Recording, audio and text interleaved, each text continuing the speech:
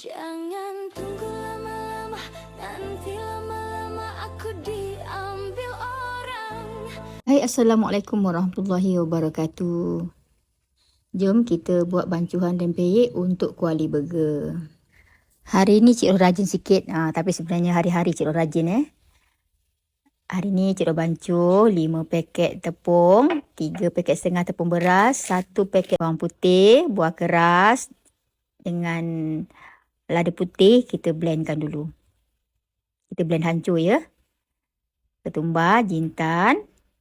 Kalau nak tak dalam 5 purut, telur, kita blend kasar, kita blend sekejap je. Okay. Kita tambahkan dengan 1 sudu teh garam untuk sepaket, 1 sudu teh garam Ajinomoto untuk sepaket, 1 sudu teh air kapur untuk sepaket tepung. Kalau 5 paket kita bancuh, 5 sudu teh lah masukkan garam Ajinomoto dan air kapur tadi. Biasanya telur Cik Ros akan masukkan 2 biji setiap paket. Kalau korang buat 5 paket, kalilah 2. Jadi 10 biji telur. Santan untuk sepaket 100 ml. Inilah cara Cik Ros menggoreng rempeyek kuali burger. Panaskan kuali burger, renjiskan minyak. Ambil sedikit bancuhan, masuk ke dalam bekas, periuk ke, senang ada periuk tangkai macam Cik Ros guna ni. Masukkan kacang tanah, udang geragau dan ikan bilis. Lepas tu kita tuang atas kuali burger sikit-sikit. Kalau nak kecil-kecil, korang tuang sikit. Kalau nak lebar-lebar, tuang banyak sikit.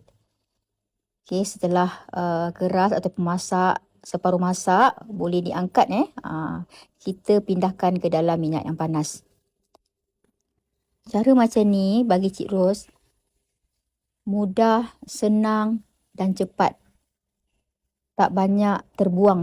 Maksudnya serdaknya boleh katakan tak ada serdak. Hanya patah-patah yang tepi-tepi yang nipis tu je kan. Itu yang jadi serdak.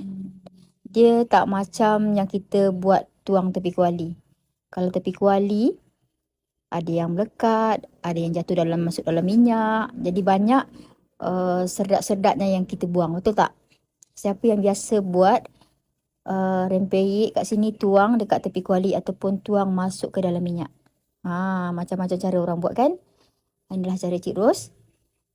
Sesiapa yang meniaga rempeyek buat tepi kuali, boleh cuba cara macam Cik Ros ni. Mudah dan senang. Sebenarnya Cik Ros ni berniaga kedai makan. Tapi masih lagi sempat memasak rempeyek ni seminggu 3 kali. Sekali Cik Ros buat paling kurang pun 5 paket. Alhamdulillah.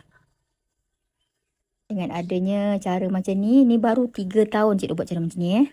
Belum lagi 3 tahun lah, dekat-dekat 3 tahun. Dulu 30 tahun Cik Ros buat, tuang dekat tepi kuali. Okey, inilah hasilnya. Okey, support Cik Ros untuk video seterusnya.